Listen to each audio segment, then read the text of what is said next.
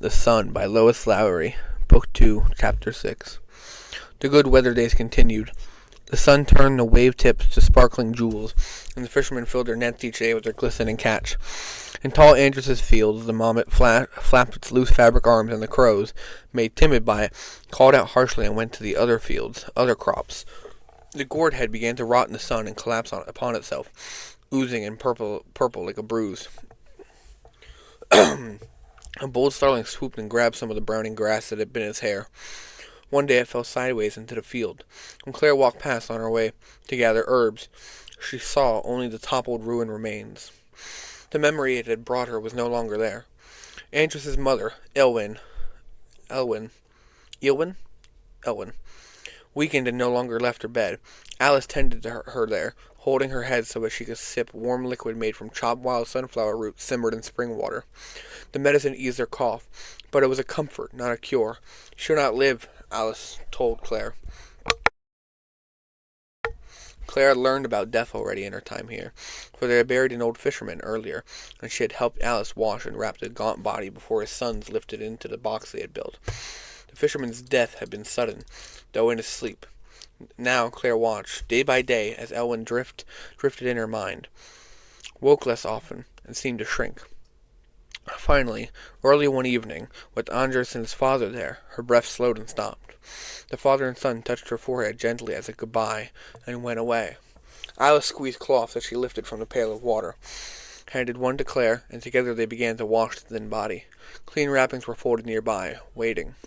The day they brung you from the sea, the old woman said, I washed you like this. Did you think I would die? Alice shook her head. I could see you was strong. You fought me some.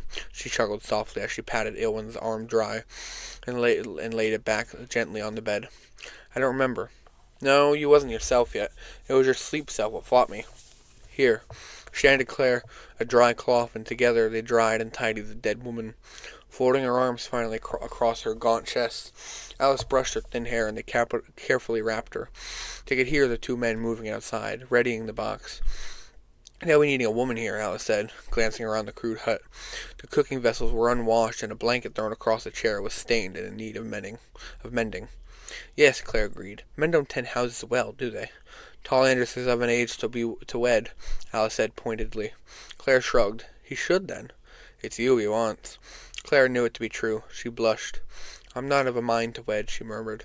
Alice didn't hear, or pretended not to. He'll want sons. All men do, I expect. It was something Claire had observed, in the village.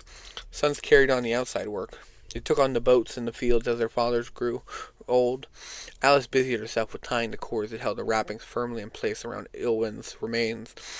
Claire, silent now, helped her. She thought how proud Elwyn must have once been to have birthed a strong boy like Andrus.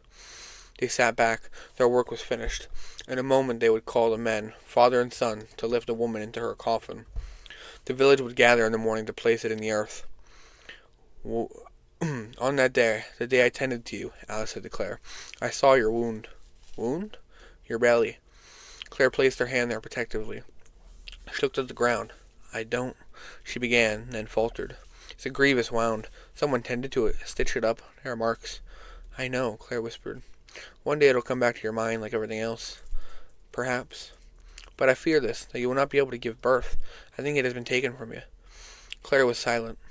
Alice leaned forward and turned the flame higher in the oil lamp. It was darkening outside. There are other ways a woman finds worth, she said in a firm, knowing voice. Yes. Come, we'll bring the men inside to be with her now.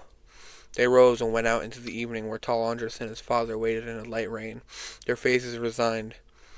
In her mind, Claire made a list of what was new to her. Colors, of course.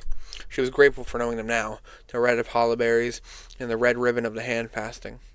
She marveled at the vibrancy and vigor of it, and she had come to feel bathed in contentment when the sky was blue, as it was on these late summer days. Sometimes the sea was quiet and blue as well, but most days it turned dark gray-green, with spumes of white blown and dissolved in the air. Claire liked that darkness as well, with its relentless motion and mystery, though she blamed the sea for hiding her past and its depths.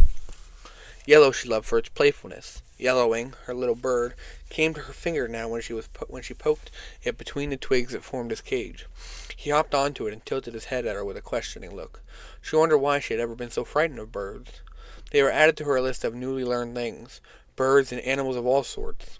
She still skirted the cow uneasily when she walked past, but she had become fond of lame Enar's sheep, especially the small ones, who frolicked in the tall meadow grass and showed their pink tongues when they bleated in excitement. Enar told her of wolves, but she had not seen one and did not want to, ever. She took joy in butterflies and scolded the little girls for catching them. "You've ruined it now," she said, looking sadly at the crumpled, spotted wings and Bethan's outstretched hand. "It deserved to live, and to fly." Together they buried the dead creature, but later she saw the child chasing another. She feared bees and most bugs. "You're like a wee child," Alice told her, laughing when Claire backed away nervously from a fat beetle on a bush where they were gathering large leaves of golden seal. Infusion of gold seal eased the sore throat that sometimes afflicted fishermen after long days in the boats. "I've just never seen them before," Claire explained, as she had often, of so many things. Her list included lightning, which astonished her, thunder, which terrified her, and frogs, which made her laugh aloud. A rainbow one morning made her almost faint with delight and surprise.